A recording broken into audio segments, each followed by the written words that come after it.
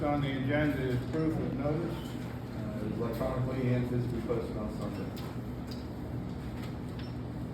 And the May minutes are in draft here.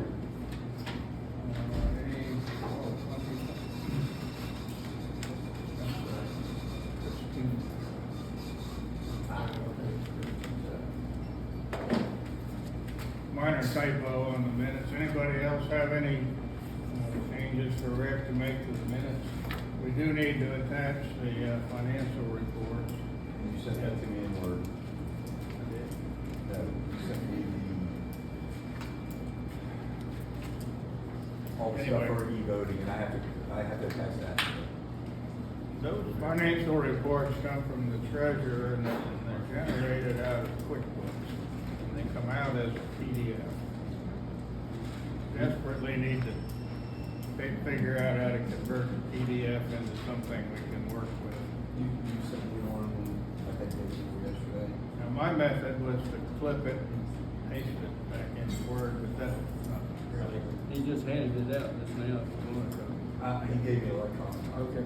I don't know if it's last month or There's this a month. free thing on the internet that converts it from PDF to Word. So you can sign it. Every time I go to those, they're not necessarily free. Yeah. Yeah, that's right. I just did one. The last viewer week. part is free, the conversion part not so Oh, much. I just did one last week. I can log What do in. you You got a good link? I can log in Please Word send in it. the house. I have to go back and see if I can find the link. I got it. That's not anywhere. I do too.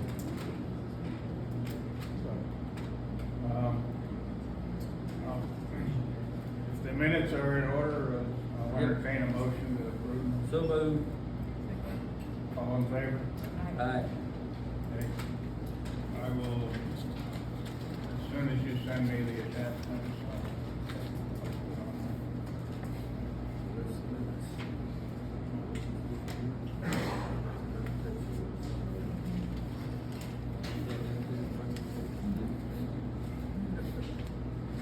under old business, we have electronic voting.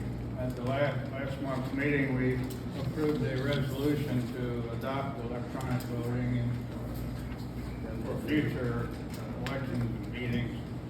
What we did not do was identify the method that we want to use to send out the consent letter to the members. That's step one, is to get consent from everybody. I see two ways to do it. One is email, and the other way is US mail. There are pros and cons each way. By emailing it, we're relying on the member to print the form, sign it, get it back to us. That's the negative. The positive is it doesn't cost us anything, and it's quick. The other way, US mail, we get involved with stamps, postage. It's gonna be about 200 to send it out, and another 150 if we want to include a stamped envelope. So it would be roughly 350 for the full package of our US mail. Any thoughts either way? I think it's a no-brainer. We need to go with the cheapest way and You get wanna people go? to sign up for. Go see what happens with the email, and then if that fails, we'll Follow up, address it later. follow up with regular mail. If Okay. we don't get a response back, follow up with regular mail. And we can even print some out, have them back over the next meeting. That's a People good wanna do thought. it right here, just do that. Yeah, that's a We good do that. idea. That's a great idea. I mean, it won't get a ton of people, we've got a few people here, but it'll still get some. Every time we have a meeting, we'll have the stack. Yep. Like we have 100%. Oh, it'd be great if we could At get, least we sent it out to them either by, we didn't respond via email, but we sent it regular. my wife says she's not gonna do the annual meeting this year. So, Okay. I'll be calling y'all, unless we get electronic voting.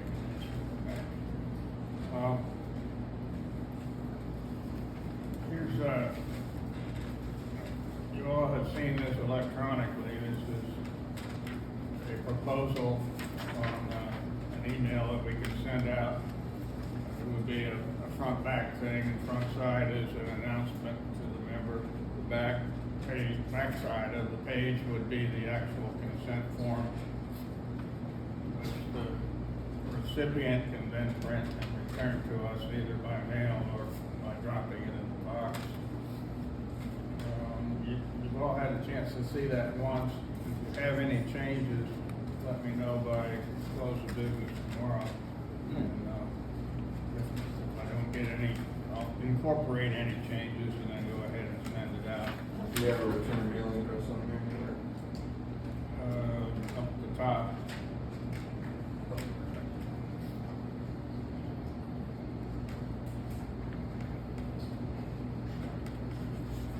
This is put together for Becker, wasn't it? No, well,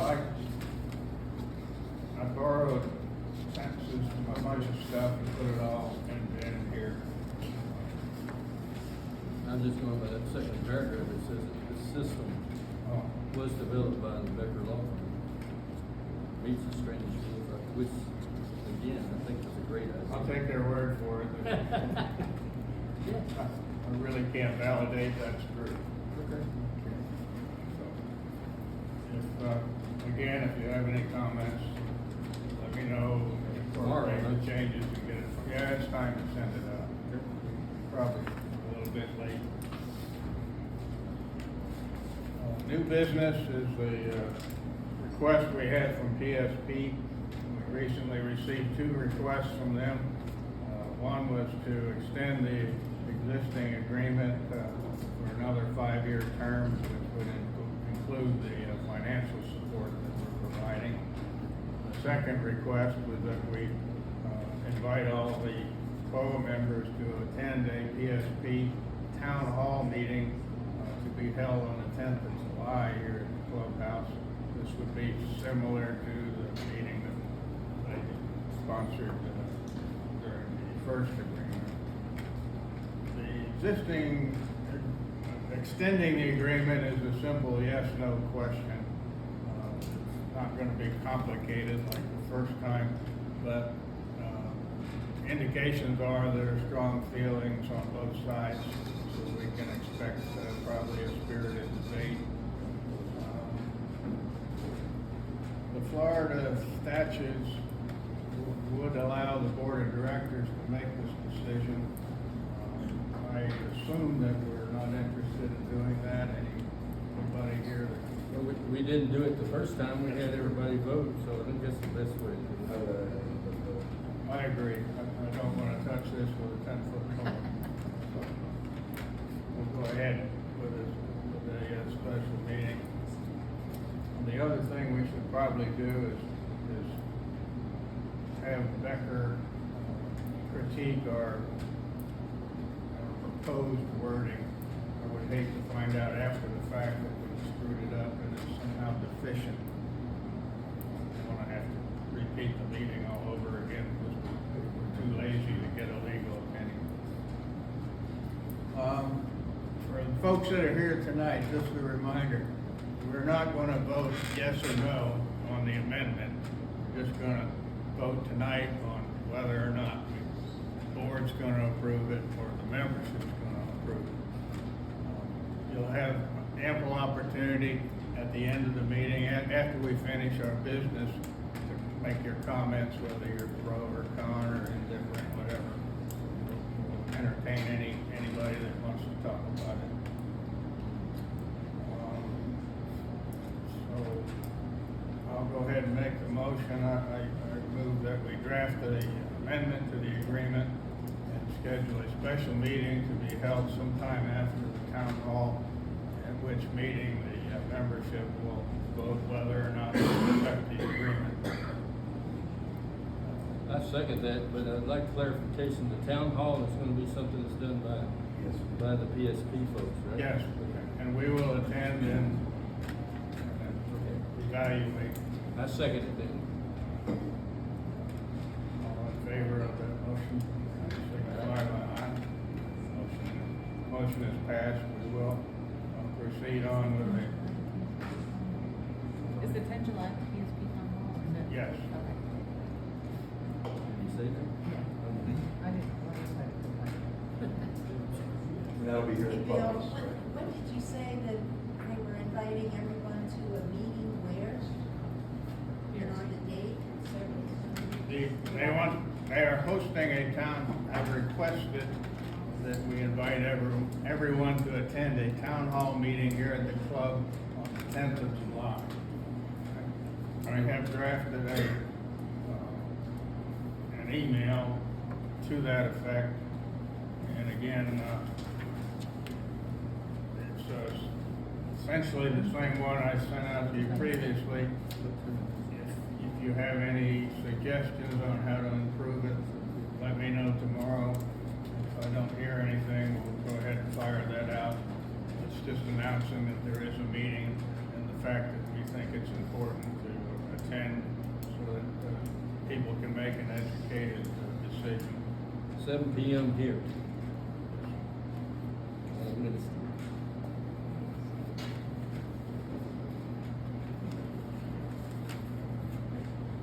That's moving right along.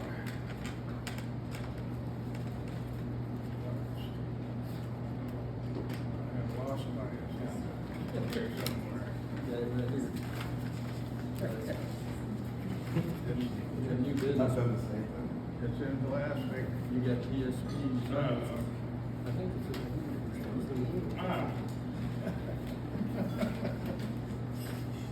Getting old sucks.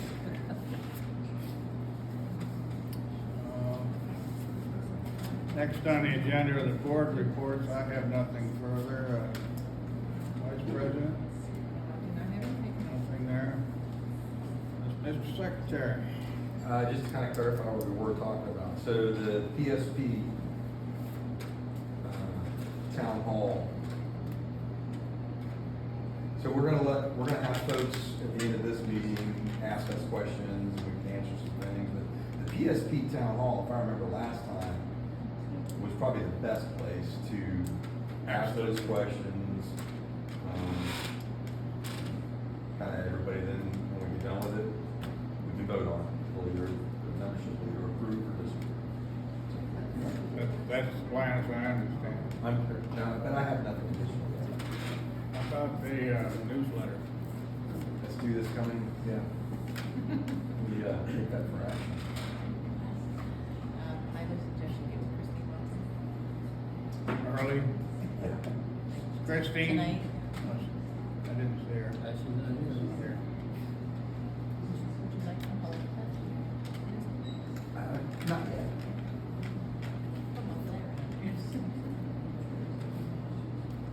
Okay. Anything else, sir? Danny Kremble, our treasurer, is not here. He did submit a financial report before he left. And he called me, said we're on track. He anticipates that we'll end up with a small surplus unless we have some unexpected expenses pop up. We do have two things on the burner. One is this electronic voting, which the subscription itself is close to $1,000. And then we've got the administrative costs of getting it all set up. And the other thing is the repair on Masters. Denny, do you have an update on where we stand? Well, I had hoped to have an estimate tonight from Denny Jones, who basically is a concrete slab guy. And he did the slab for the gatehouse back when. That's the only person I knew. But he does all the slabs for a prominent builder here locally. And I talked to him probably about an hour and a half ago because I've been bugging him to get us an estimate, which he said he was going to do. But he's trying to blame Mike Newell. Anybody know him? Mike Newell is an engineer, right? And a structural engineer. I did not know that. And he's going to be working on this. I walked over there and looked at it just before the meeting. A property over here that's got the big drop off down to the water, and they're going to be working on it in the month of July. And he said that he doesn't have an estimate until he talks with Mike Newell. And he said the only thing he can tell us is that because he'll be working here doing the same kind of work once he and Mike Newell put their heads together, he knows he's gonna save us at least $1,000 because he'll have all of his equipment here, and he'll do it at the same time he's putting in whatever concrete work he's doing on this property across the street. That's the best I can get out of him. He's a very busy man right now, but he's got a good reputation for doing what he says, and so I expect we will have the thing fixed by sometime in mid-July if we don't have a big hurricane or two between now and then. I was kind of nervous about all that's going on right now in the Bay of Campeche. Anyway, go ahead. Questions? I thought we were just kind of filling a hole and pouring a slab of concrete on top of the hole. No. Really, you have the engineering? Yeah, they're looking at, he and it, Mr. Newell, I'll call him that because I don't know him personally, but he called him Mike Newell, so I think a lot of people know him. He lives here in this association. But, it's gonna be, I forget what they call it, a thing where it has like, you see dams where they have kind of a swaled out, concrete that kind of takes the water and runs it out into that lower lake on that side. In the meantime, Okay. I don't have it, I can't make him fix it, and I don't know if there's anybody else that would do it any faster, but like I said, his reputation precedes him, and I think he does good work, and that's one of the things I appreciate about him. He did call me, he said that he would give me words, some kind of words before our meeting. I was hoping it would be an estimate, but I don't have that. Okay. So, to be determined. To be determined, yeah, and, but he is saying that he feels that regardless of, once we agree on what it's gonna cost, that he should be able to finish it by mid-July, maybe early August at the latest. His name's Jones, Denny Jones. Another day. All right. Yeah. Let's see, what else can I talk about? Go ahead, ask me a Finish question. the treasurer and then we'll come back. Okay, go ahead. The other item that Danny asked me to talk about a little bit tonight is the CD accounts. We're going to add a title to that and identify what it actually is. Those CDs are our capital reserve. Capital reserve is used to maintain the infrastructure here in the complex. When you look at that and you say, geez, you got $400,000 in the bank, you should be able to do any damn thing you want. Well, that's true and not true.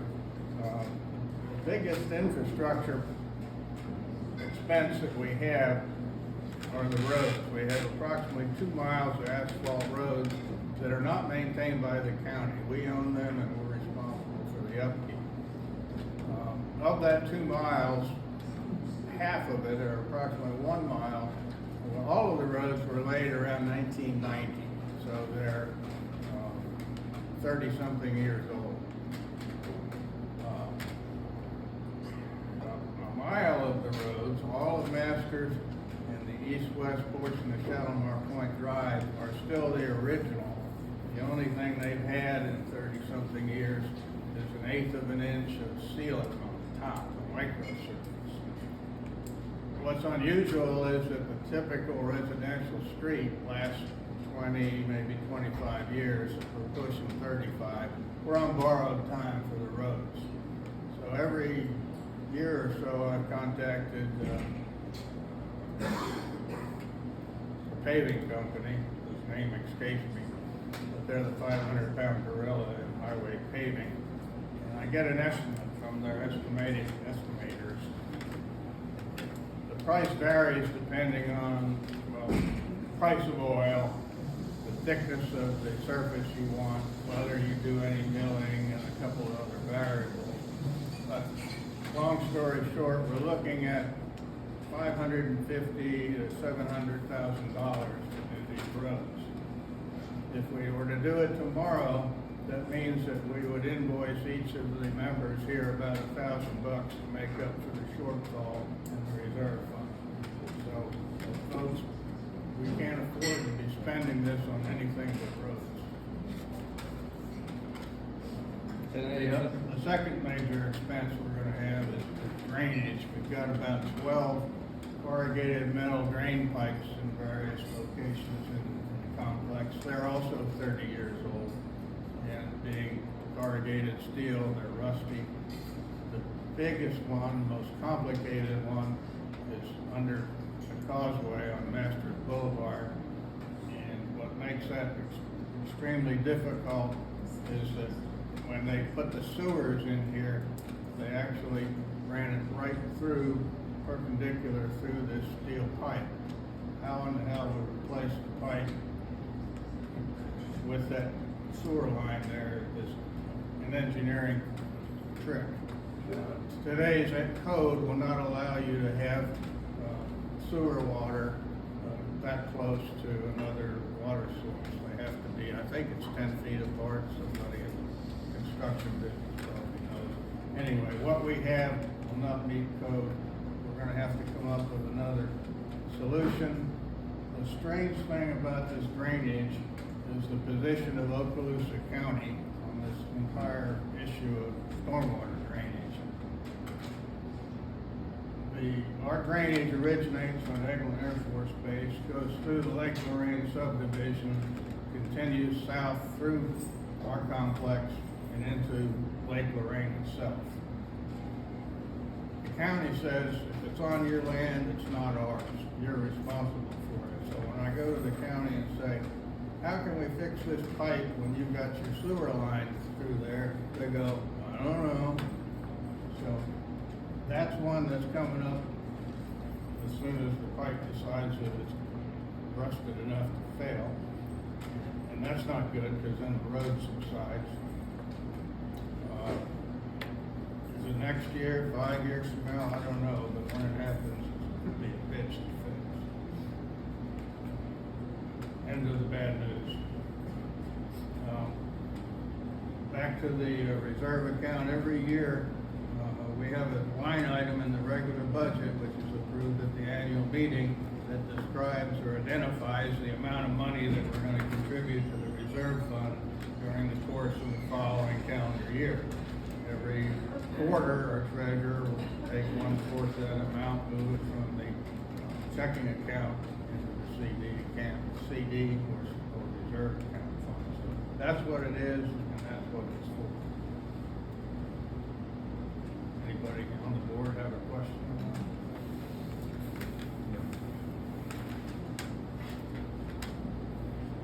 Okay, Danny, member at large, here for. Well, let's see, we've, no big things wrong with the gate as far as one of my biggest responsibilities. Some of you may have noticed I was out there replacing these halogen bulbs that shine on the sign as you drive in and the one on the flag, and I just got those replaced as of today. They're not cheap and they're also quick to burn out. They don't last very long because there's a lot of heat in those little housings that they're in, and I'm sure under our circumstances with all the moisture and everything, if it gets in there, it probably causes them to fail. But nevertheless, they last on average about, I have to replace them about every 6 months, and I got a bill here for our treasurer whenever the time comes to pay me back for it. And I would like in the future, I have one, probably everybody in this room has one or more of these solar type lights that shine on various things. I have one on an American flag in my front yard. It's been out there for 3 years. All I gotta do is every once in a while replace the batteries, and it's an excellent thing. I'd say in the future we probably ought to look at maybe just putting a solar light out there and just get rid of this electric light, because I think you mentioned how old and long we've had things around here. I bet those lights have been in the ground since Christ was a teenager, probably. But I'd say average 30-some years for the light fixtures themselves. I've got one of them stainless steel wired up so it just stays there in the right spot so it's shining up at the flag. But anyway, we need those lights, and I try to make. Next time we need a light bulb, let's make it switch. Yeah, okay. Well, anyway, it's a suggestion. I'm not looking for action right now because I just replaced the bulb. Yeah. But I don't have anything else. There is a lot of concern about how we're gonna go about, fixing up the gate area, but we have no firm plan right now, other than, I don't wanna steal your thunder, you had an agricultural agent come out, and she bragged on how we had all of the plants around the gatehouse and what they were, and the fact that they're being watered in the way that they are with the drip lines. I think Don thought they weren't getting any water, but they are, they're getting. No, the area's dry. When I go by there, it's dry. It's Well, not, yeah. everything's not getting watered, and we're not planning on keeping everything in there, Denny. Well, we'll talk about that later, but I've already discussed it with Don.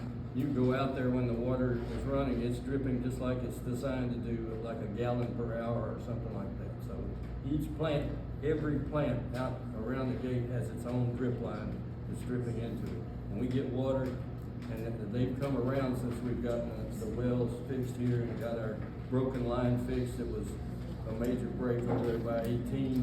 Once that's been fixed, all the plants are starting to come back and look good. Anyway, she thought it was a good mix. Again, I don't want to steal your thunder. She reported it to you, and she thought it was a good mix of plants that don't require a lot of maintenance and so forth. But the other thing that she says, whatever you do, and this is for anybody in this room, us especially as the board of directors, don't be putting rubber mulch down on plants. She says that it will get too hot for them to survive in our direct sun type and high heat, basically environment that we have around here in the summer. So now I know we have rubber mulch. We were planning on putting some more down, but she says the best thing to go with is something that is mulch that basically is plant type mulch. Replace it every so often because it doesn't develop any heat. But if you go out in that one place in the entranceway where we have all the rubber mulch around that big oak tree, and I've been out there in the hot sun in the middle of the day, and it's just radiating out of that rubber picks up a lot of heat. Anyway, that's all I got. Okay? Architectural. I guess Marnie here, This was what he had sent. you wanna cover that? You want, I'm not gonna do it. So there's, on 992 Shalimar Point, they're gonna replace tiles and shingles. 792 Choctaw Lane was approved for paint house, or house paint. 1007 Shalimar Point, replace tile with shingles. 279 through 303 Country Club retaining wall material change from CMU board approved. Oh, okay. And 810 Choctaw was repositioned walkway to dock. Got a copy? I'll send it to you emails.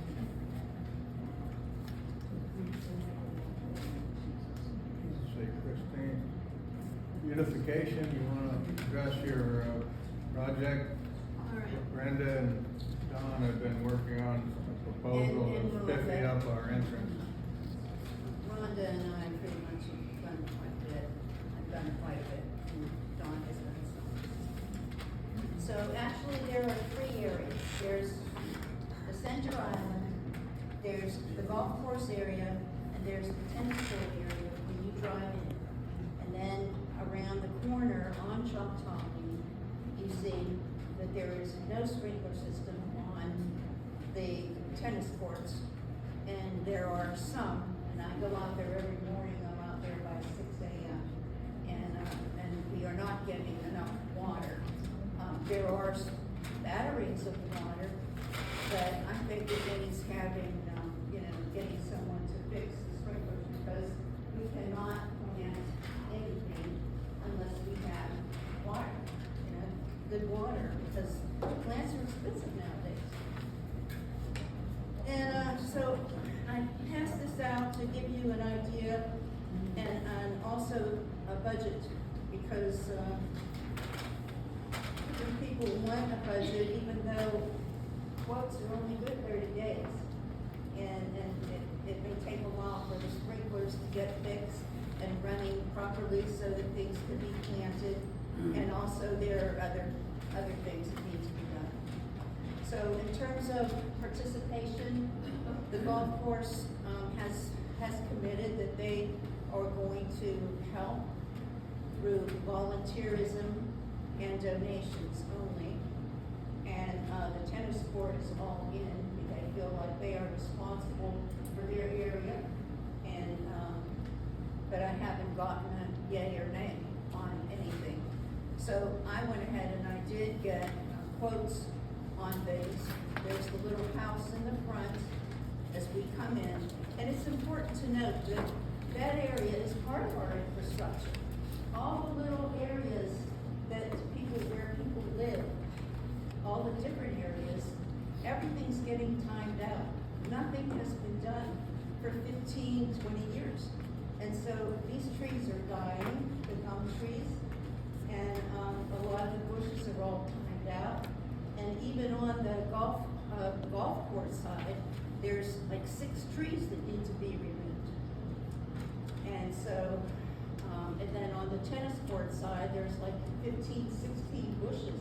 There's a lot of work to be done on this side. Now, in the center island, we're not keeping a lot of those plants there because they're all huge, and we want small plants in repetition, much like you see in Destin and other nice places that have really nice plants and dormer design and so forth. So anyway, and it's really not hugely expensive. So I divided this phase 1, phase 2, and phase 3. So phase 1, they're cleaning of pressure washing of the house and the curb around it, and then removal of the trees and the bushes that are dying. Maybe cleaning out some of the overgrowth, and there's huge overgrowth. And then we can move along. But at this point, we still don't have, we're not ready to move along. We have to get things taken out, the trees and the bushes. And then season plantings to designated areas, phase 2. And we also have we wanted to get pressure washing on the bricks that are all dirty, and put very nice lanterns on either side for some class, all right? Make it look a little classy. And so I have quotes on all of that. You have that. Summer high, the plants probably could be cheaper if we bought them in a nursery, because these are all retail prices. So if we went up to a nursery, we could get cheaper prices. Also could get a cheaper price for the electrician, who is a electrician, not a residential electrician. So my husband gave me his name. I didn't know any electricians that were residential. So this guy's commercial. So I was fainted when I saw that $775. He probably didn't want to do it. That was the bottom line. Okay. So we could there's things that we could get cheaper. But at this point, I just wanted to update you about what's happening and take a good look.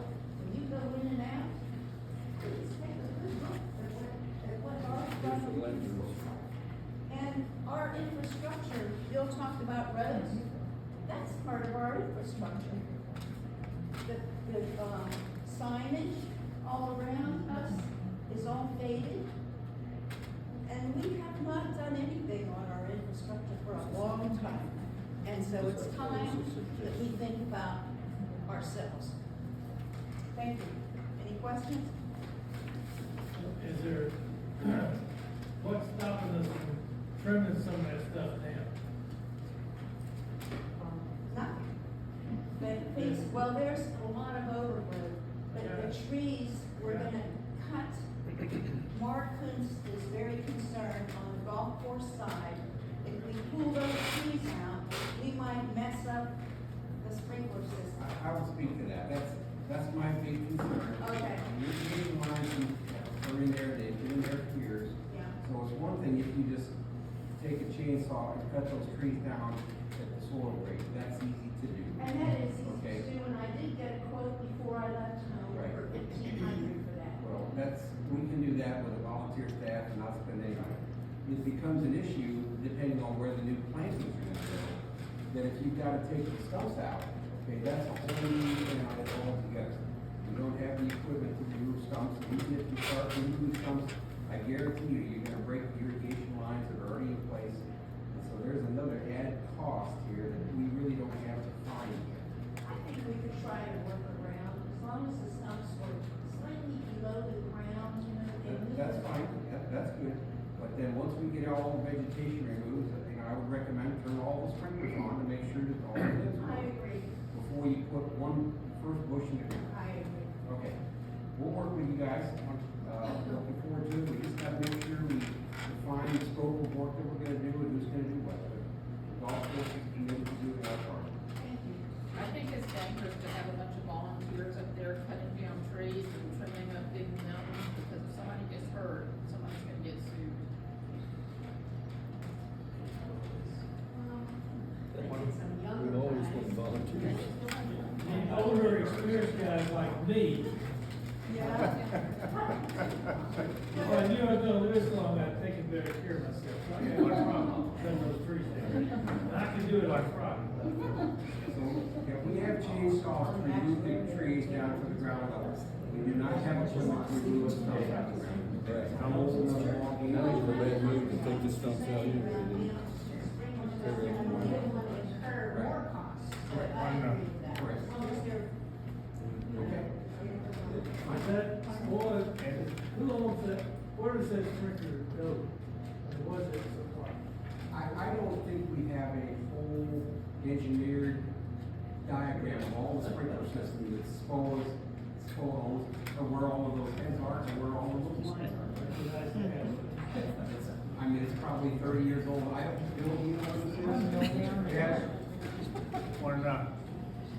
One other concern, when we talk about digging or pulling things out of the ground, either side of the road is a utility right of way. Right. I'm not too concerned about gas, water, electric, and sewer.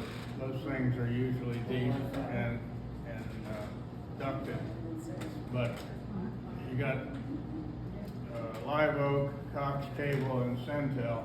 They're famous for doing direct vary, unducted cable, and not putting it very deep. So if we're gonna do any serious digging out there, we need to have the utilities marked before we start digging. And also, we need to consider that whatever we put there can be removed by the utility, so they never have to do any work. They'll just come in and take it out, and we start all over again. Can we get things marked, like there's. There's a all phone the number you call, and they'll come out. Miss There'll be Utility more Com. flags and more spray paint than you can ever imagine. They mark everything. It'll look like 4th of July out there. But all of those utilities do run on within 3 feet of the pavement on either side. It already kind of looks like on the tennis court side, there's this raised area and someone spray painted their initials on it. It's like crazy. It's way high, it's not a cable. Oh, that's a sewer thing. Sewer, yeah, and someone spray painted their initials on it. And I wanna know if I can paint that brown, spray paint the whole thing brown. I don't know Do I that, call the county? I wouldn't ask, just Do it. paint it. So, can we add a line item to the budget next year to do phase 2? Yeah, If this is I didn't add all this up, but what's your wild ass? It's added up with the page. Okay. Hey, It's added. well, just tell me what's the big number? Well, it's different for all the areas. Now, for our area, I came up with 5,200. That's SPOA. Both. Okay. For the golf course, you know, if they're saying that they don't need the lawn care or landscaping to pull out the trees, of course, I just found out that you wanted it leveled. You know, you didn't want the ridge removed. That was 1,500 if you wanted to take advantage of that, I just thought that. But they're saying that they have volunteers. So if they can use volunteer work, more power to them, that's what I thought in the beginning. And the tennis court also has volunteers that they can do that. It's just that we still have to get permission from, the owner on the tennis court area. And he's on vacation and we will be back, Pennington. Okay. Is there a certain time of the year we would need to do this for planting plants or? I would say spring Spring, next that's- year. Is the 5210 for all three phases? Yeah, 5210 for SPOA. And, you know, for the golf course, only thing they would have to pay for would be, that's local market prices, 800 to 1,000, mainly a lot of mulch, building up, soil building up a little bit there. You know, you take all those trees out and there's no good soil there. So the majority of that would be soil, then we get some plants, and we don't need a huge number of plants there. Can I say something about that real quick? So it doesn't matter when you plant them. 3 seasons in a row, we've had a freeze. Raise your hand if you've had plants killed in your yard. So you can put them out there, fresh plants. If you're not covering them properly, they're gonna be dead the next time you get a freeze. So you're gonna be doing it every year. Well, That's I probably what think happens with spring- plants out there now. Well, these are perennials now. So they'll die, and then you'll have to wait for them to grow back, and then they'll die again. That's what's happened for years in a row. Plant plants, they just frozen out there. Some things will last, some things will last to a certain. And yeah, and some plants don't come back after they freeze, even Well, perennials. I'll tell you, I went through that stuff hours. I'm just saying that, I know what you you're you have a saying. plan, but it's probably gonna be a problem when it starts getting And cold I think outside. if we can cover it if we have to, it's a small area. You just need to use evergreens, evergreens won't die, That's like what hollies and. It's not like we're gonna do it one, it's not like we're gonna do it one time and not have annual, you know, maintenance. There could be a few plants. Just have to buy the right plants.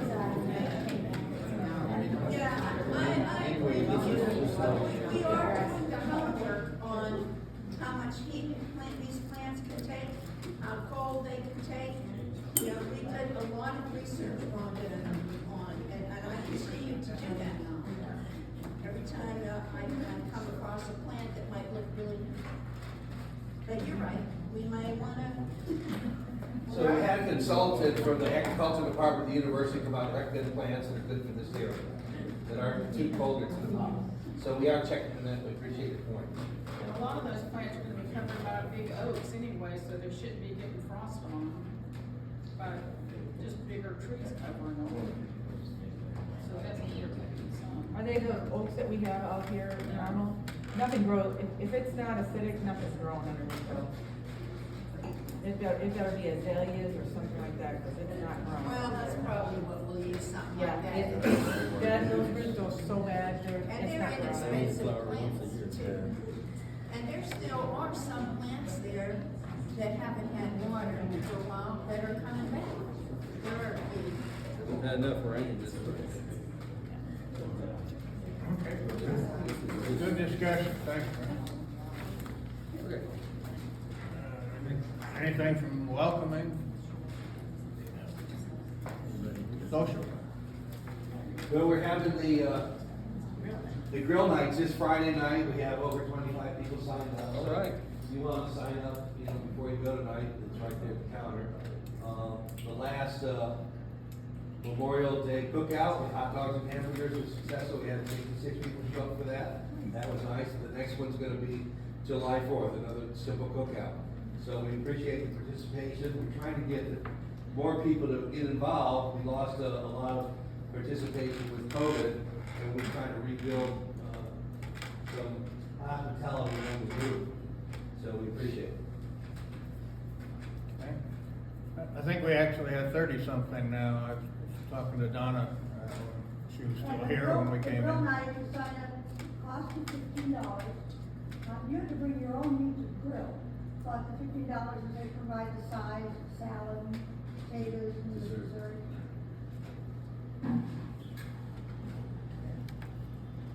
That's this Friday. Yep. 5:30. Anybody sign up to, Got a few, Brenda, she wanted to give the update, she already did Well, that. can't we speak before Well, I thought we could speak on anything on the agenda before. first, well, the sign up people speak first, then we adjourn And then we can talk. open house. Mary Crum is not here. Adam McDonald. Yeah, Thank you, Senator. thanks. I don't have prepared remarks. I really just wanted to listen what's happening with the agreement. It sounds like there's a movement afoot to amend that, or at least renew that amendment. And I'm looking back through the history of that, and I guess I have three questions. Really, the first question is, what is the authority by which the board derives their power to spend SPOA funds, first of all, over a 5-year period? Everything I could read in the covenants and the bylaws in 720 restricts special assessments to a maximum of 1 year. So I'd like to understand how we decided we had the authority to sign a 5-year agreement. Can we start with that question? Well, essentially, I'm not a lawyer, but the agreement is in essence a contract. It has all of the elements of the contract. So that would obligate us to fulfill the terms that we agreed to. The homeowners vote for it. It's not our authority that's doing it. Yeah, it's not the board, it was a. Yeah, so that's really my fundamental question is, when you have a contract, you have a contract officer who has an authorization. Any large organization with specific fiduciary responsibilities is authorized to make expenditures on behalf of other people's money, right? That's checks and balances. I looked through the covenants, the bylaws, and I see no legal or language that authorizes the expenditure of more than 1 year at a time. So I guess that's really my position is, we need to dig into that to make sure that we're not pushing the law, and spending beyond our authority as board members and responsible fiduciary members of the board.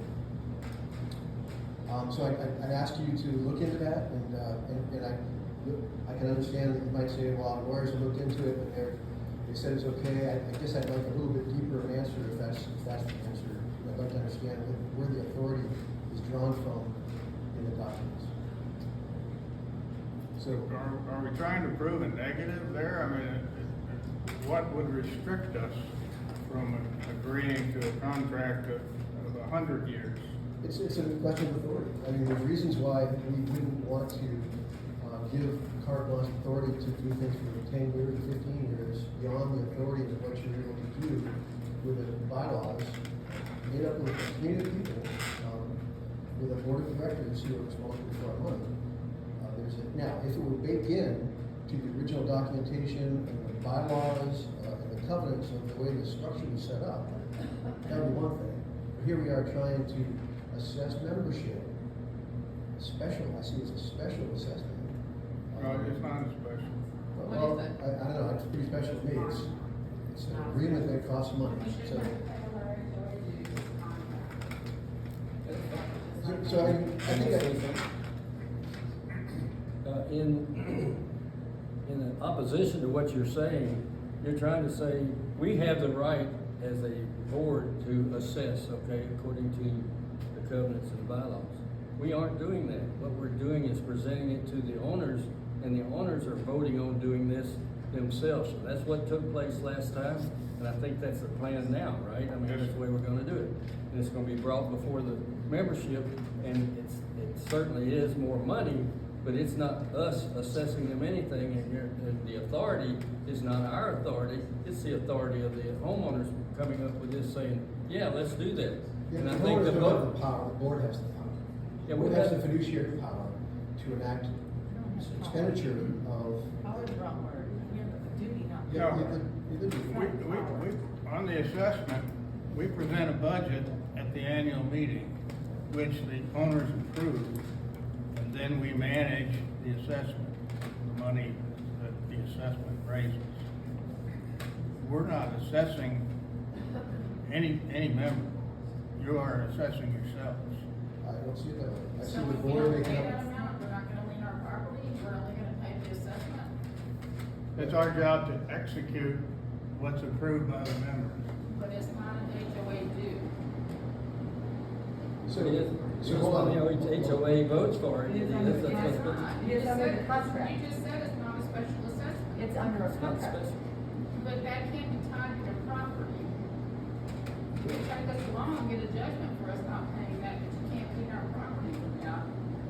Yeah, I don't think we're gonna resolve it, I don't think we're gonna resolve it here, because we're not lawyers. But I still ask, that you show me the authority by which fiduciary officers of this board are spending the homeowner's money on something that's beyond a one-year assessment. And if you do that, I would like to see it. It's not an assessment. You can call it what you want, but you're spending our money. Well, that makes all the difference in the world of what it's called. I guess here. What is it called? Well, it's, look, what's the difference between this fee versus an electric bill? We're in a contract with the electric company or power. Whether it be, we're renewing a contract every couple of years with the golf course. It's, to your point, we as homeowners are being charged your monthly assessment. It's an annual budget, right? Correct, Absolutely, but it's an annual budget. so it's, yes, if you do not pay your assessment or your homeowner, yes, they can go after and lien your property. They are providing a contract and buying a service, we'll call it, not a service, but buying a product. We're not getting anything.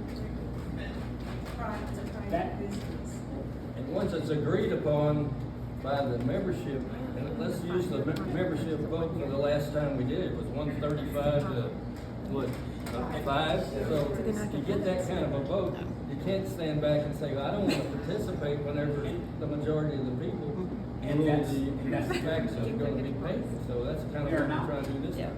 we are providing a service, go near us. What service? PSP is providing a service.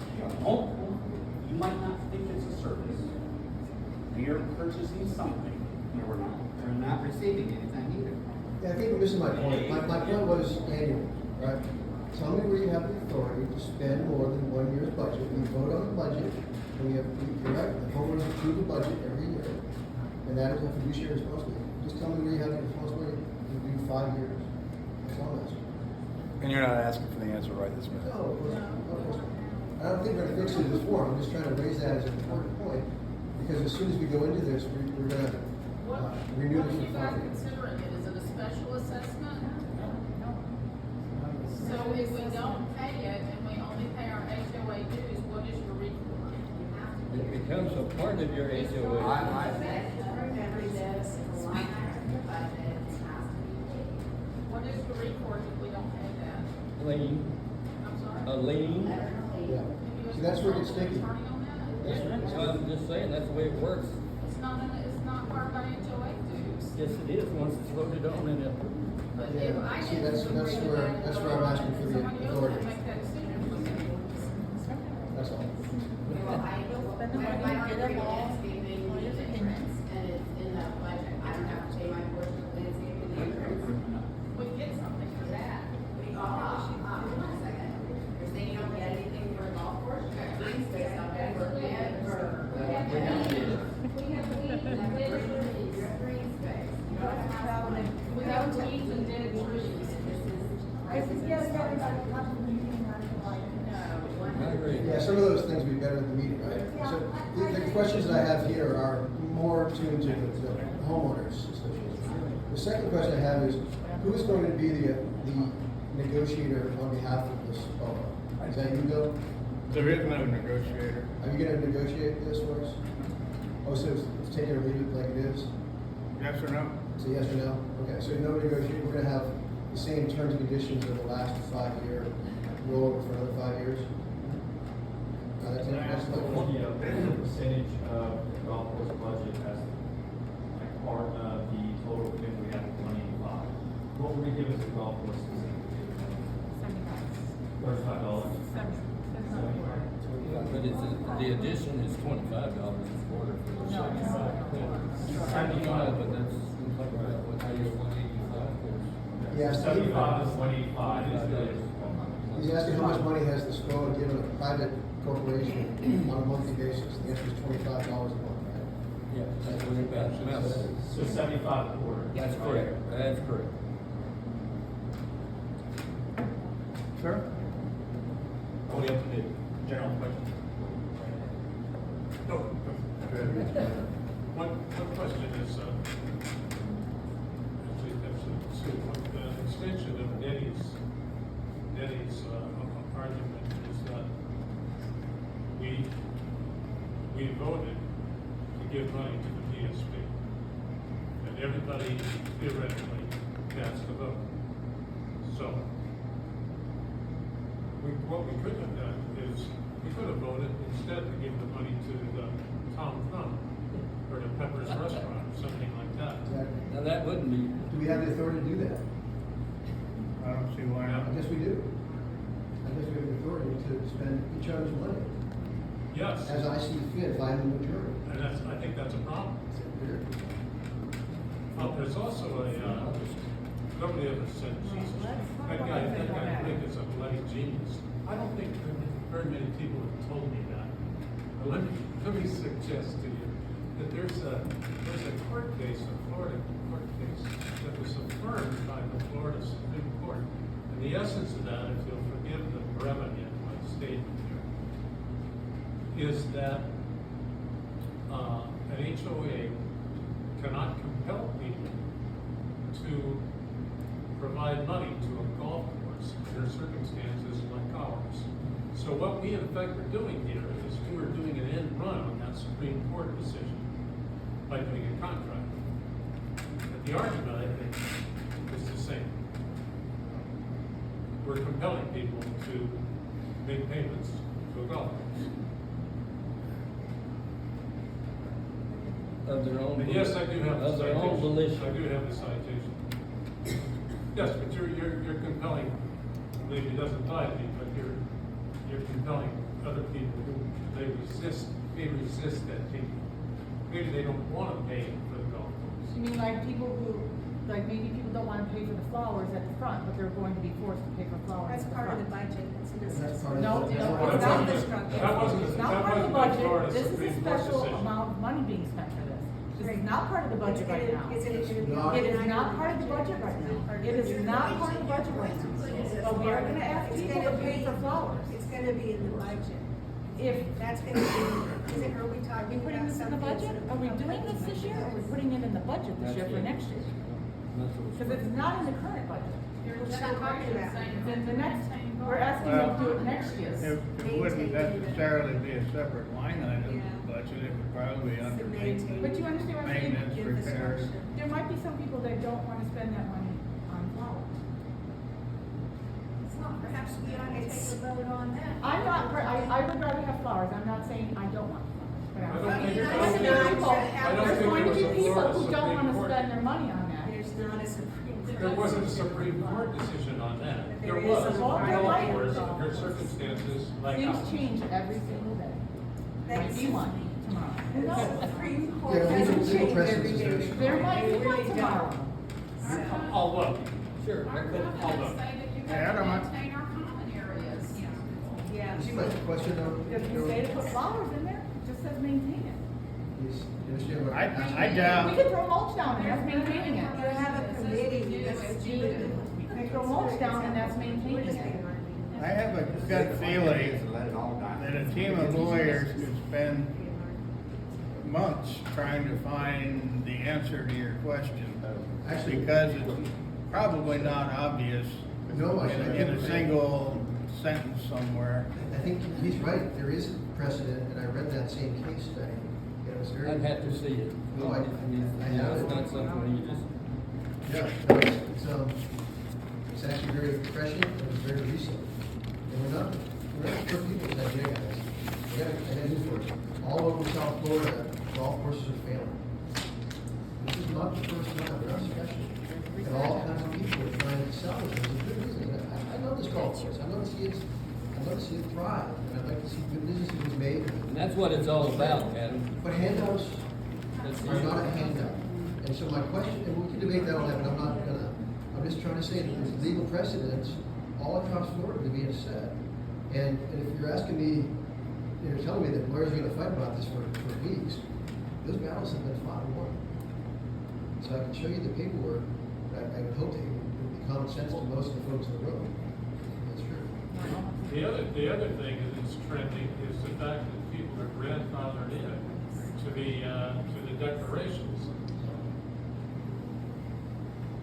So there can't be any changes to that declaration. This contract is contrary to the declarations. When we moved here, we signed declarations that didn't involve a contract to support a private entity. Totally over my head here, what Paying for the golf course.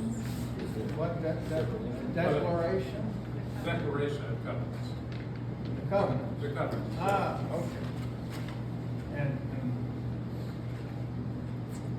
We signed on. Your point is what? The public is, most of them, they signed on to a certain set of circumstances that did not include, rerouting money from the HOA, SPOA, to the golf course.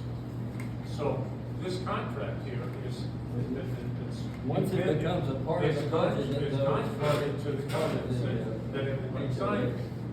And there is a trend in the court system that recognizes the grandfathering in of people consistent with the covenants. There's also other court cases where the HOA is divided. Go to the meeting. They're divided because some people have different interests than other people. And so the whole HOA is reconfigured for some people. Some people's circumstances are different than others. There's all kind of flexibility here. We're not talking about it. This discussion is not at all I think we appropriate. should. This discussion is not appropriate to be had in front of the PSB. This is our discussion. Yeah, This is what we have to figure out. And the PSB is the host, so are they running the town hall? Yes. So they're actually soliciting for that funding by inviting everybody. That's the opportunity that people have to bring forward things like a court case, which is decided against their favor of us doing that. Does anybody not see that glaring elephant in the room of them hosting the town hall? Can I say something to that? Let's say, from their standpoint, the PSP is gonna consist of most of the homeowners that live on the golf course. Do you actually wanna see them say, we don't wanna have this because we wanna see the golf course fail? No, they wanna keep Maybe it. that makes absolutely no sense to Or what I'm saying. 60,000 is not gonna make It's keep them not, afloat yeah, it's unless they not. make other changes. It's just an inappropriate But- forum for the discussion of You this don't being. have it. This gentleman has a So two things, right? Speaking on, I guess, negotiations, that was brought up earlier, I think there does need to be some sort of talk between the homeowners and the golf course entity itself, just simply because, like, I think there are some things going on, not done maliciously, but whenever it rains so hard and, you know, grass clippings that are dry on the golf course, they'll drag it and then they'll blow it with a big blower, right? To clean it, which, hey, I get it, you're trying to keep it nice, but I paid $1,200 a year to have my pool clean and make sure it's clean, and then the day they do that, I have a film of dead grass all over, you know what I mean, it's clogging up my pool system, all that, which, like, I get it, like, maybe we can work out some different way, I have no clue, like, you know what I mean, I get they have to keep it nice, but then again, I'm paying money to clog up my pool system, and it's just getting blown, dead grass in. And then second, with the new, I guess, the tall grass or whatever, I'm on hole 5? And it floods, right? And so the tall grass isn't allowing it to dry up on it, it's terrible. So like, I don't know if we, like worked on that, I don't even know exactly what to do with that. I should think of it. It's not just 5, I'm going to force behind mine at 7. Runs all the way down 7, 8, 9. And I'm not trying to like, you know, create a torch party and go out, I'm just like, is there any way we can I'm work? on 3 and it's bad, and it's always been bad for years for many reasons. But I had to take my garden and park on the wall. And so, and I had to do that to stop flooding on property, because the county did that. But you take big mud roots, we go out there and we break it down because the machinery gets bogged down in the wet ground. It is a problem, because when we're all suffering from it, we're all suffering. My mosquitoes don't just stay in my backyard. I have to have personnel to do that, so my question is, if you, there's budget, and if, I'm not making any money on this golf course. I mean, nobody's making any money, we don't put money in our pockets, we're trying to keep it alive. But it's a horrible thing to say, my God's not a horrible thing, and I have to, we'll do that, I take that straight, and she does that, because it's my benefit. And it's hard, and this has been a hard year for that. People are complaining all over the county about the mosquitoes and the gnats and the same problem, so, and I have not seen a mosquito trap come through. He did come one night this week. He did? Yeah, my husband went out walking, probably 9:30 at night, we were discussing it. Well, the golf course mosquito. Speaking of mosquito traps, they didn't come out every day. I haven't seen it, and it's been bad. I mean, I'm walking around with it. They make patches now, you can put on your clothes and keep your life off. Hey, Casey, to your point of negotiation, I guess one of the things that I'm a little disturbed about is that you're gonna bring this to a vote with no opportunity for changes. And there's a lot of friction last 5 years ago of things that we felt weren't even asked for because they weren't negotiated in good faith. And we aren't gonna have an opportunity to renegotiate any of those things. And a standard business decision and negotiation, you have something and you give something. It's a quid pro quo. So you could argue that we gave money. I could argue we gave money, we got nothing in return other than an intangible property value assessment by somebody who's telling my property value would go up to a golf course. I would like, for example, to negotiate a free round of golf every quarter and put that on the table. If I'm gonna give money, I would like something in return. And I don't see there's an opportunity for that. You know, what Can I say something, happened please? is that this town hall He meeting. just had hand raised for. I signed up for Rick. He did. I'm gonna cross you off my list. Yeah. I just want to put some food for thought out, because I don't know how the meeting on something like this would be conducted. So, I want to just read three things. When I moved in 2 years ago, behind the house that we bought, the big part of the reason we bought that was a beautiful sand dune covered in sea oats, 4 to 6 feet high, that blocked about 75% of our view of the golf course. From our property line to the sand dune is probably about 60 to 80 feet. And then the fairway is on the other side of the sand dune, which is about 30, 35 feet more. So we're well over 100 feet from the fairway of the actual golf course. But I'm reading from the original PCP and SPOA agreement, and it says, whereas it's the intent of the parties to preserve the natural setting and beauty of the Shalimar Point development, to preserve and continue a harmonious and aesthetically pleasing design, to preserve the existing golf course in its current configuration. That's on page 1 of the agreement. Over on page 3 of the agreement, it says the golf course parcel shall become subject to and benefited by the governing documents of SPOA, which include the Master Declaration of Covenants.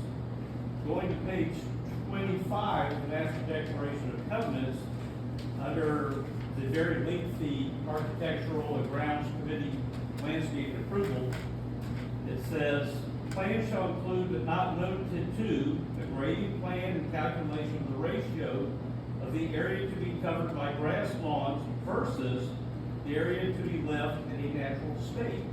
So our covenant says that we want to preserve the natural state of the community in which we live. I live in the area called Palmetto District.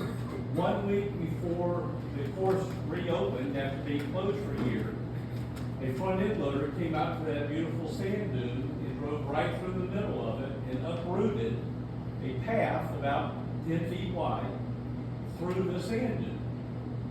And I walked out to the guys doing it, and I said, can I ask what y'all are doing? And he said, yeah, we're creating a path here. And my comment at the time was, well, I wish we were at the beach. He said, why? And I said, so I could have you arrested, because if this dude was at the beach, he couldn't touch it.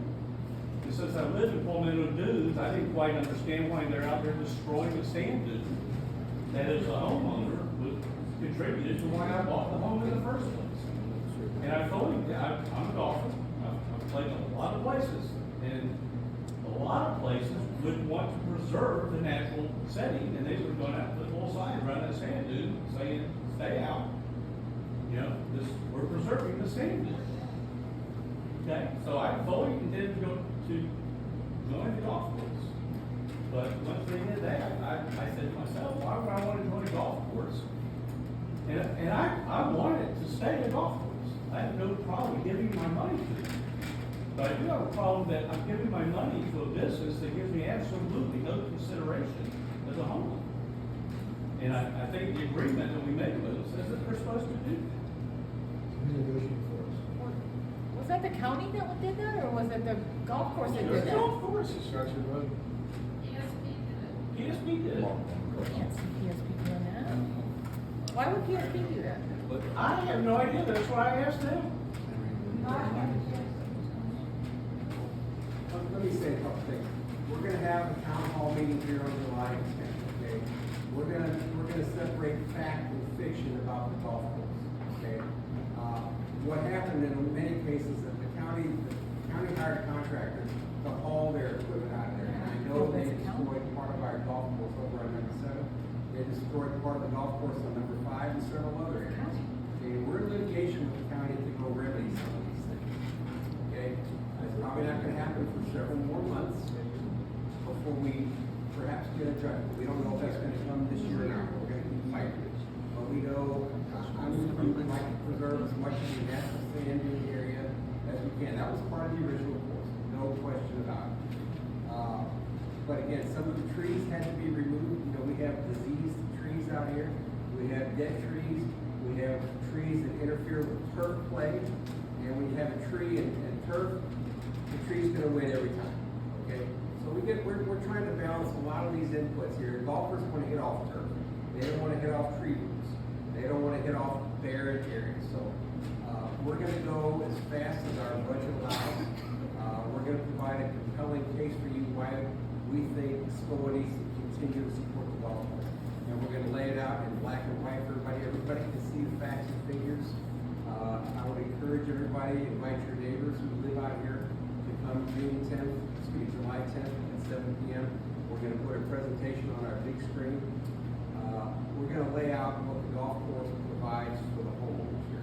We think that this is an asset. When we bought this place 12 years ago, we didn't buy this facility to enrich ourselves. Out of all the directors we've had for 12 years, not one director has taken a nickel in salary on this place. And Mark, we'll come to your solicitation and listen to that, knowing full well that we will have no authority to negotiate any of the things you'll tell us about, except an up-down vote by the members of this group to a 5-year agreement. Yeah, I understand that. Our intent of the meeting here is to tell everybody what the golf course does for this community and rally its support. The vote will be whatever the vote, however we want to conduct that, that's up to the SPOA board, but I want to make sure everybody hears the facts about this golf course. I've sat in all of these SPOA board meetings, and I've heard so many malicious things that are innuendo, things that are just not true, okay?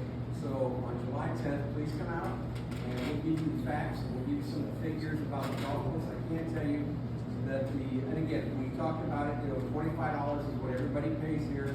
That comes out to $300 per year per house. And I can tell you that money, it comes out to $59,000, $59,400 per year.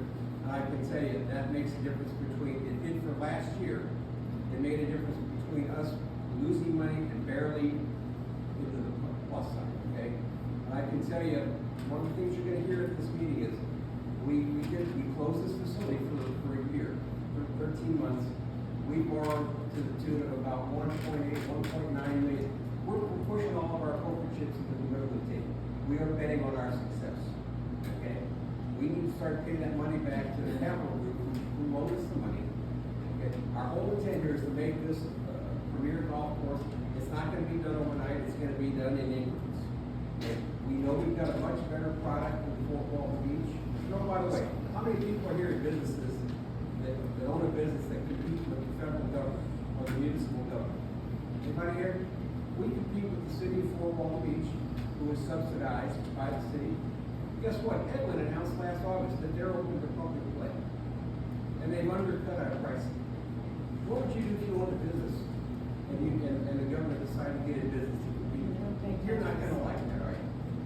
So it's a tough environment, and our business, like everybody else, the inflation, our costs have gone up considerably. Our insurance is nearly doubled. Our chemicals have gone through the roof, oil and gas for the golf course here, the equipment leases. This is a tough business, especially when I gotta go compete with other local businesses subsidized by governments. We've written letters till we're blue in the face to the Air Force up to 3-star level, never got a response. So, again, we wanna put out a compelling case for everybody. We really wanna band the community together. You know, we've hosted these town hall, the SPOA board meetings here for as long as I can remember. We don't charge for electricity, anything like that. We supply the water and the irrigation, the electricity to run these common areas, to water those common areas. We've always done that, okay?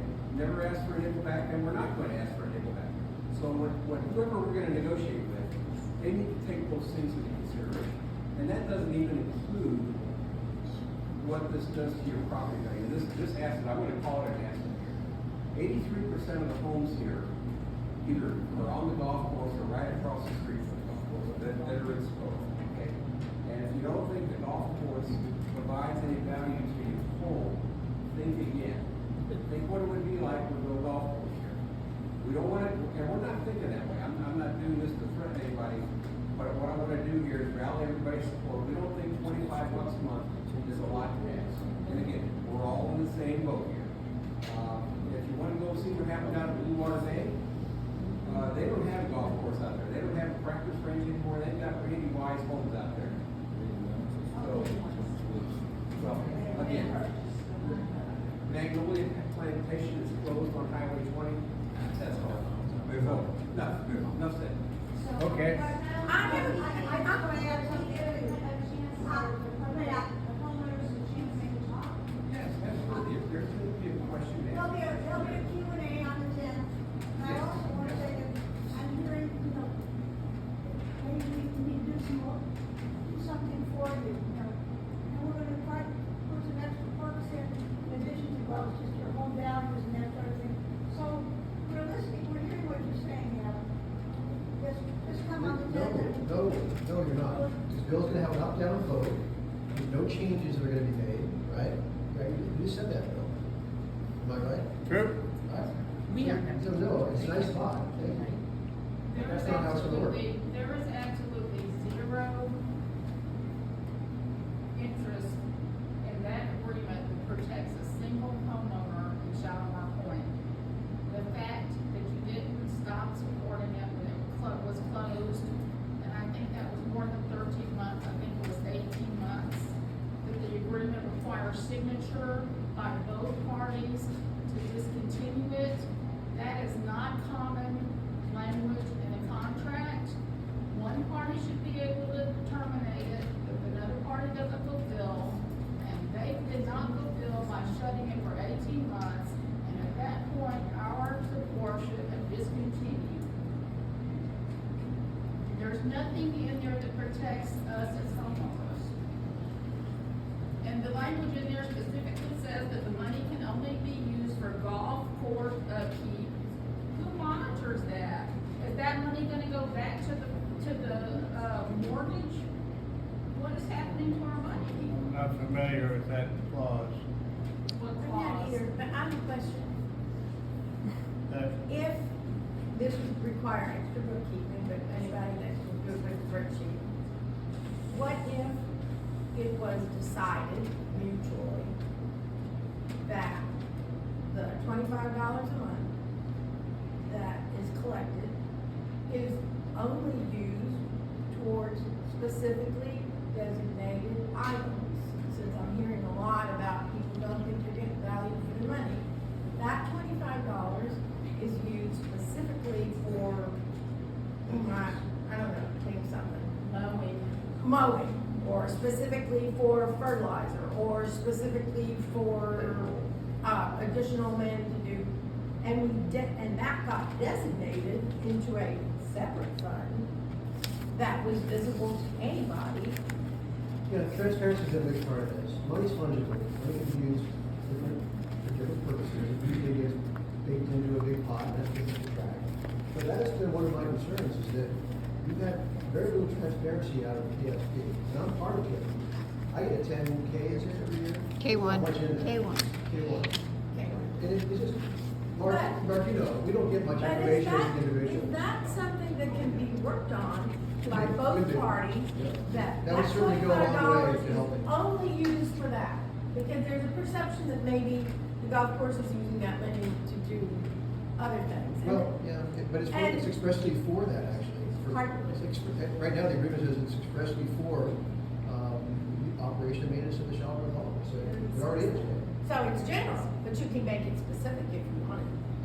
They have other expenses besides maintenance, so it goes towards maintenance, they have plenty of maintenance. O&M is a big. Okay, well, it goes towards insurance, it goes towards, You hit on the we all point. drive these roads.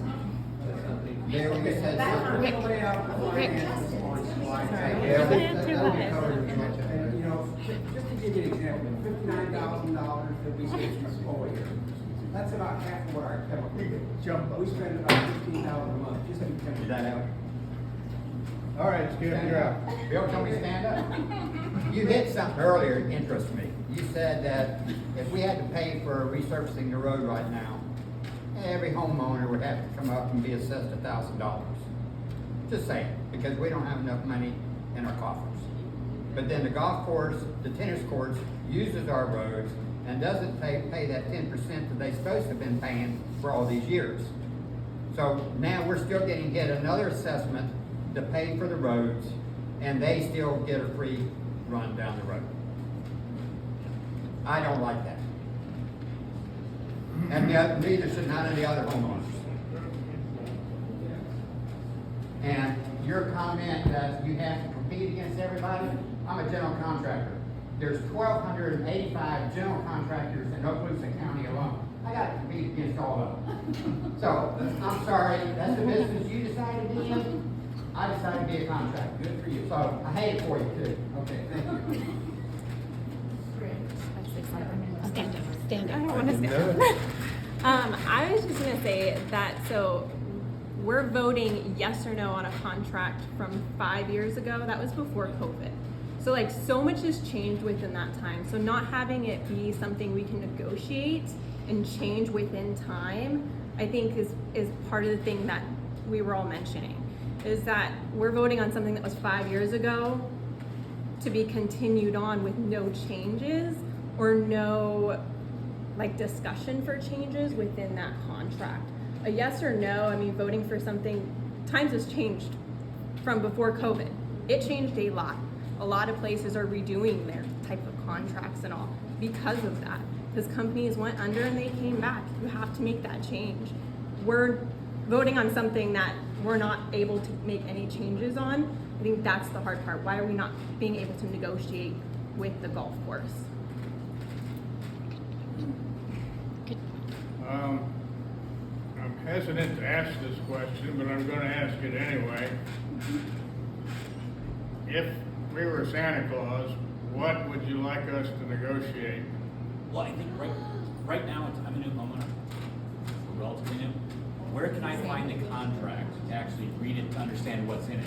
On the website? Right here. Oh, is it in the, I know there's a. It's under governing documents. Got it, okay, perfect. And then the second comment is, once I read through it, is there a process that we can make up our list? Because I haven't read it, I couldn't tell you what I want right now. I don't even know what the contract even covers or does not cover. Going to the meeting on July 10th is certainly gonna help out to say what's being proposed, but. Is there somewhere we can put those comments Yeah. to add? It's, Yeah. whether it be the collection, an email, something, I don't know what to ask for because I haven't even read it yet. So I don't even know what it's included in. At the same time, I understand my $25 a month is only gonna cover a fraction of chemicals used on a contract because funds are very fungible. Fully get that, but I think that's also kind of the good question of why aren't I paying $100 a month or $1,000 a month? What's driving this value of $25 a month? Where did that come from? I think one year just felt like, as a member of SPOA, we didn't get represented, or with the upcoming contract, even the same contract. We don't feel like we any representation dealing with PCP on anything. My thing was just my circumstance, I understand that, but as a homeowner. What is it that we could add to the contract? For example, right after it opened, one of the members who lives here on the golf course went up to use the driving range to buy a bunch of balls, make a contribution to the course. They were told they couldn't do it because they weren't a member of the club. I mean, a couple $100 a month for the driving range isn't going to save or kill the golf course. I understand that, but Hearing that there might be something. You know, Could we have a this comment is- box or something that we this could is a group contribute? of smart Accepted people. the same way, but not if it's the exact same contract, approved the exact same way. But we don't have to. Well. That's what We we're have to we're accept wanting. that contract, Bill. It can't be revised. You can't start a new contract.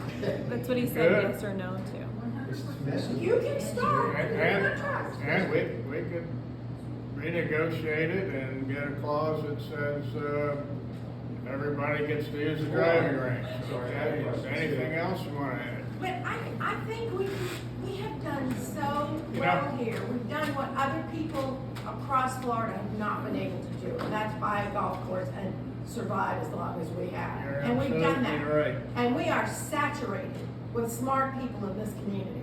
And I can't believe that we can't have a group here that says, okay, this is what our group wants, and a group here that says, okay, this is what we think we need. Let them come together and then bring back a product for everybody to agree or disagree on. I don't feel like I was coerced into doing anything. My vote was private. And so, you know, there's no sign in my front yard that says she voted for it or she voted against it. It's my community, so I don't feel like I was threatened by that in any way, shape, or form. I don't know that other people feel that way. That's how I feel. But I know that we are sitting here with smart people, and many who are not anywhere, who are smart. Probably the average education around here is beyond college. But we can do it if we want to. But I think we have to change the mindset, and everybody's gonna have to give a little bit, something that they don't want, if it's balls on the driving range, whatever. My family put money into this place. I don't even get a free round of golf. You know, when we did this, it was very fast, it was very quick, and we did it, we didn't ask for things, and I'm not complaining. That was my husband's decision. He's not here to live it out. He passed. But my point being is, it doesn't have to be. It can be what we want it to be. I believe. So when we send out the vote, can we put a comment section to where, okay, is it something, can we negotiate this into the contract and so that people can comment it, like an email like you had mentioned, or something of that Our sort? email address is right there on the website. We're open 24/7. Send it to me. And if you need help. You hit the right note. The objective of this whole damn thing is to keep this course open. And everybody's happy. And if we fart around, it could go away. And if we have to delay the vote for a month or 2 months to get it right, so that we have an agreement that most of the people are happy with, because you're never gonna please everybody, then let's delay it. Is there an urgency that we have to do this What? Right by after a the certain town date? hall? But you know, my understanding was that we were going to enter this agreement for a 5-year period to get them over a rough patch, not that we were going to spend perpetuity Then you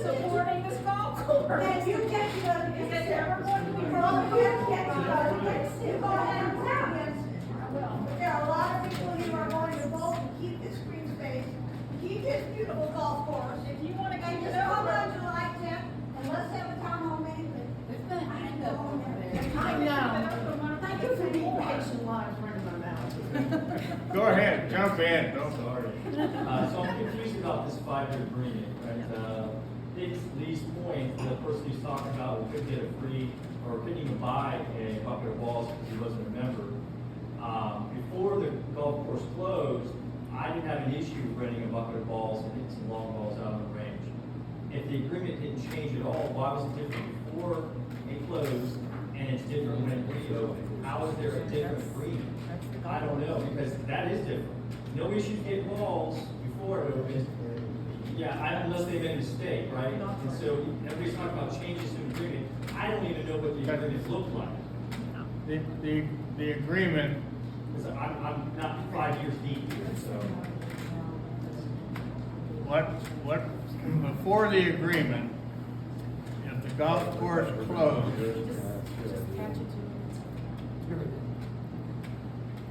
there's only one thing that's gonna happen to this property if it's not a golf course. It's gonna be a giant housing Right, complex. that's not what I'm talking about. I think, So- to everybody's point, there's not a lot of information about all these agreements that we're agreeing to, right? Like, I'm part of this agreement, I wasn't even here for the vote, right? I don't even know what I agreed to because I wasn't here at the time. One of the reasons they have an annual budget. But that's not discussed if it's 5 years, right? That's my point. There's no authority for multi-year spend. Government can't do it half the time. Everybody wants a multi-year spend because it's easy. One of the big reasons, you just hit it in the head. Representation doesn't occur. Could I ask this question, Adam? We have a 7-year contract for grounds maintenance. Is that legal? Who did that? Huh? Who did that? Board. So is it in the budget? What happens if they discharge you twice next year? You have to prove that? I think that's a mistake. I think you better renegotiate that every single year. Wasn't that contract void anyways, that you just fire the groundskeeper, right? Like, I know my stuff's not been maintained, so. Look, I got a question for you. Did you buy your house, is it on the golf course? It's palmetto dude. So you bought because it's in the golf course community? We bought because it's beautiful, right? I don't have an issue with the golf course, And you didn't right? have an It's just issue with transparency. what you were paying for at that time? I'm sorry? You didn't have an issue for what you were paying for at that time, your dues? I don't think Also- we knew what we were paying. Yeah, we didn't, Yeah. Is it I don't in know if our- that was included in the agreement, and then when they upped it by $10 or whatever, I was one of the people that opposed that, by the way, but I still have to pay $10, right? So, no, sometimes I don't agree to pay for stuff, but I still have to pay for it, right? I was just wondering when you bought it, you knew Yeah, that you no. were buying a house on the golf I course. didn't know, all of a sudden it was 175 a quarter, and then it went up to 185 a quarter, right? I didn't know the spectrum of where all that money is going to. That's why I asked how much is being dedicated to the golf course specifically, and I quarterly payment. And where you're going, Nobody with the told question him. you asked, we Part of literally. the point. That's one of these reasons why we should have transparency with the finances. My wife was at 10. We looked at 3 houses in the development before we bought the one we bought. And what had a lot to do with it was what she gets to look at, looking at her backyard. And then all of a sudden, We know. this front end clerk comes along and just takes out the. I wanna look at the documents that when you come in and sign and say, it says That that we shouldn't pay have that happened extra for money. time and circumstances. The county didn't take care of the pond on Pond Three. I know, there was a pond And issue, they, flooding. it's still there, and they have drainage from all over coming into it. I bought, and that was supposed to be taken care of, and it wasn't, and it's taken part of my property. That was the county. Right? We're all Not part the of it, golf course. we're all part of it, that was the county, that was my deed. But I'm saying, things change, and that sometimes they don't change for the better. I've lost part of my land. All right, so Mark, one of the first folks I met was came over to edge my driveway with me when he's a wonderful man. I got nothing against anybody with TCB. I just felt like when that happened, who do I go to say, who's representing the homeowners in their negotiation with who runs the golf course, and the golf course kind of gives homeowners. We can set up 2 groups, we can do that. And then we can turn around and bring it back to the whole population. You're not gonna settle it in this room tonight, there's too many people, there's too many opinions, myself included. So go to my third question. My third question is then, who negotiates on behalf of SPOA for us? By name. Who's gonna negotiate for us? What do you wanna negotiate? The agreement. Huh? Here's the agreement, there's gonna be a Common party, tape. and it's Bob and Mark, and who's the party on our side that's negotiating in good faith, it's not conflicted, preferably not a member who has financial, business in front of the PSP, who's gonna negotiate on our behalf. Do you remember? I'm totally confused. I'm a member of What's- PSP, what's I'm going on? conflicted, It's gonna be you. that's my point. Oh, darn. And many of these folks are conflicted as well, so who would do that? It's gonna That's have to be the Rick problem. and I. What do you wanna negotiate? Rick and you. That's what we Talk about want, renegotiating we want like the contract. comments. You called it the contract and the terms of the contract Uh-huh. in a manner. To say, In a manner that they can see what happens for their $25 a month. That's really what we're talking about. Well, Is that not right? I think a lot of Or- people want like a round of golf and stuff too. I've heard that so many times. That's not I've heard, right. I think transparency is great. yeah, I think they want that, but I also think they want something for their money. Well, They're they all- wanna a lot of them see are saying, where I their want money a round of is. golf or They something. wanna I've see heard where that their for the last money is 5 years. going. I know. I've heard that for the last 5 years. Well, we can't negotiate it all tonight, I can tell you that. It's getting kinda late, sir, you've had your hand up a long time. Ken, stand up. Here. Because it's No, we got the house, we didn't get PSP the, has whatever. made a request to extend the existing contract by 5 years. Yes. Correct. You as a board have to respond to that. True. I believe. You have to say, once you respond, then you have to go, there's 120 people not here tonight that may have a different opinion than the people who are sitting around me right A now. lot more than Amen. 120. And all I'm saying is, I believe that you need to at least throw that out to the members that live in this community. Whether they like it or they don't like it, it doesn't matter. Now then, let's say that the members say, we don't want to continue to pay $25 a month. Does that mean my dues will now go back to $115? I don't know. Tell me, if it's not voted down, does the dues go back down to $115? What happened? 110. Or Or do we keep 110? them further? It's gonna go down. They didn't teach you that. We only had one. Okay, so that's one scenario. But the other scenario, which is always bad, is let's get lawyers and renegotiate the contract, and then you're gonna have to pay for a lawyer. We've already had a lot of legal fees for all reasons. PSP will have to have a lawyer, because it's not gonna be just the board acting alone. So now we have 2 lawyers we're paying, when we really need to save that money for roads or whatever, flowers or whatever the hell we want to buy. I think what's happening here is, there's a concern about the attorneys and Becker and Cody.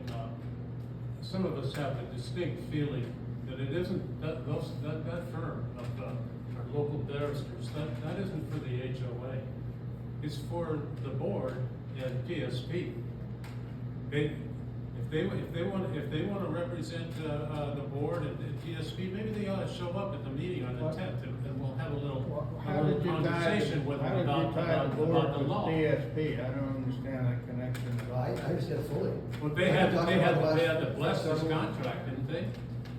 The contract between HOAs and PSP. Well, they had an attorney too. They, who's Yeah. they? Well, there's no transparency. PSP had an attorney? Yeah. The law Who is that? firm is, it's the SPOA's. Pardon? The law firm is to represent SPOA. It's not to represent the board. No, It's no, to no, represent the that is SPOA. not true. Our That attorney, is true, and I have a feeling that's part of the problem is here. Elizabeth still here? That's it. That law firm is known for representing SPOAs. That's what they See, normally is, do. They don't represent, they are like on the other side from the board typically. We have a lot of lawsuits, they're the SPOA, but our board has used them to fight things the SPOA has brought. But it's particularly true in No. South Florida. The attorney, when the board goes to an attorney, that attorney represents the people at this table. We're there paid with SPO, they represent the SPOA, and you're supposed to be No. representing us as well. Call any lawyer in town and ask that question. I will, and you know what, you also refuse to allow us to see, you tell us that the lawyers gave you certain advice, and And that was brought up at another meeting, that we weren't allowed to see that because that was private And it's between you called and the privilege. attorney. It's not That is privilege. not privileged. Then we should be paying for Ask- it. No. ask- That is And I think the absolutely gentleman not. sitting to your left looked that up. Yes, yeah, I think If you want Rich, privilege, I you pay with your Rick own was money. very good about looking That's it the up, difference. it's They true. don't It's represent in you. extreme legalese. Think about your original. Okay, that has absolutely nothing to do with the point Yeah, here. we have to be Well, done. we got our point was who was gonna negotiate it, so. and- What is and it we're everybody wants that negotiating, Beth? represented. Contract. So I wonder What we got after a year of sitting around the table, we got some concessions from PSP that said they would file a covenant that says if the golf course ceases operations and any of the property is converted to non-recreational use, like housing, that it would fall under the covenant of the association.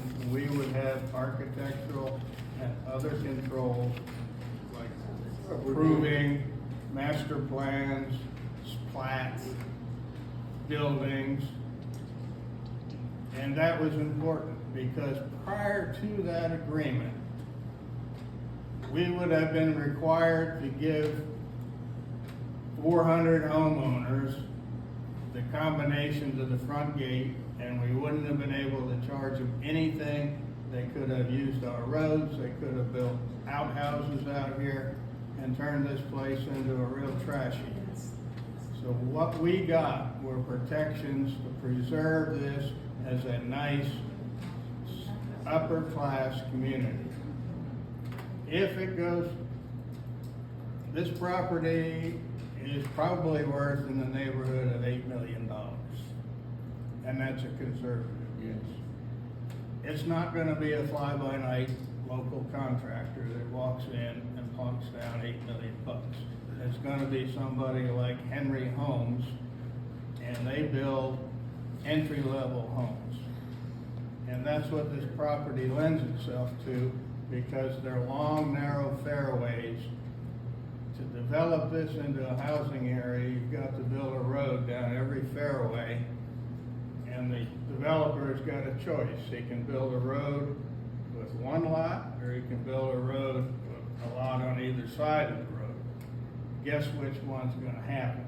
And what that means is, because the widths of these fairways are 200, 250 foot wide, is that the houses that are put in here are gonna be 10 feet from your back property line to the sliding glass door on the house behind you. Bill, that's very scary, but isn't it true Yeah. that they can't do that until 2042? No. Why is that? Why not? I don't understand. Because the covenants are 2042. restricted, deed restricted, until 2042. What covenant? The deed restrictions on this entire government property, you pull this up. Master covenant. Does it cover The does it cover golf course though? covenants do not apply to Doesn't the apply to golf course. Those covenants apply to the does. It does, SPOA of course it property. does. No, it does. We have it right. Let me show you. Show me. I thought it wasn't. After the meeting. until 2022.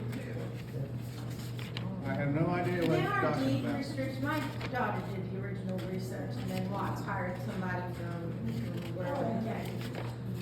And those of us that had deeds after 1986, I think it was, I'd have to ask her, and somebody should have that original work that she did. And the deed restriction on my house says that the golf course property can't be anything except recreational. Well, that means they can put a racetrack back there if they wanted. Yeah. So cemetery guy. Yeah. Right, Why right. neighbors? Yeah, had to be, anyway. So, and we agreed at that time, and that was right before the buying of this place, that, yeah, we were right. But the time and the money we were gonna spend in court wasn't gonna make it. It just wasn't going to make it. There may be a few deeds written like that, I'm not aware of Well, which my ones deed- are. my deed You're is- lucky. These covenants only cover the SPOA property. They do not cover the golf course. Now, what the agreement does, it says, if the golf course property becomes housing, then the SPOA covenants go into effect. And there is no termination date, it's in perpetuity. That was negotiated. Thank you. That is a big deal. It took us a year Well to negotiated. convince the stubborn And you SOBs believe that this to is do terrible? that. Sector 21 or whatever that condo is downtown, they're assessing their people between $20,000 and $100,000.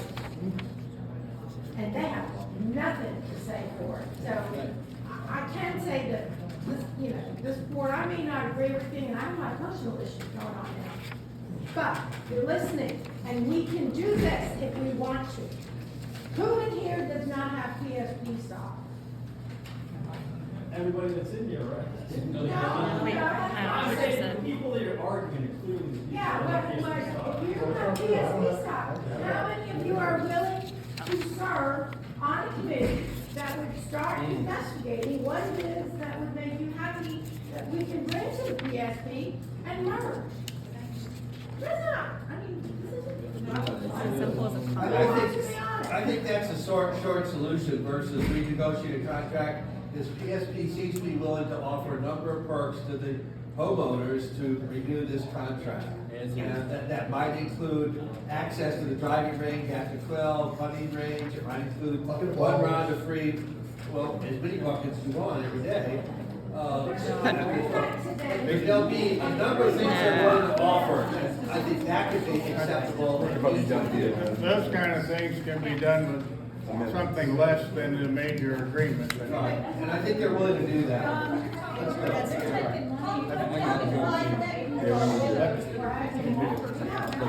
Motion to adjourn.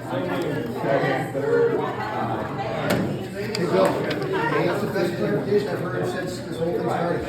I appreciate that. Nobody's said anything like that since I've been here. It's great.